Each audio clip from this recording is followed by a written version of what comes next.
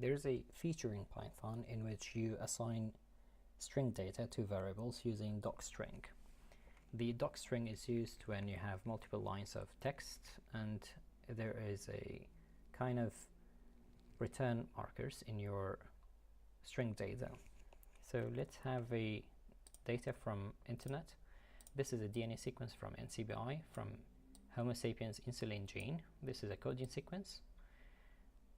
If you select the data, you can see that there are these kind of white spaces there. These are Cado's return markers. When you copy this one and paste it in Python, you need to use DocStrings.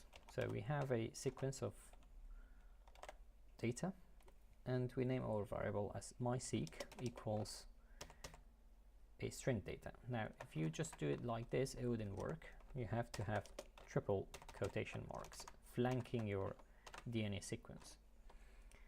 If your DNA sequence becomes green like this, it's fine. However, if you just do it like this, it wouldn't work because this is not the way that you should assign your data here. There are Cado's returns and it would be problematic later on.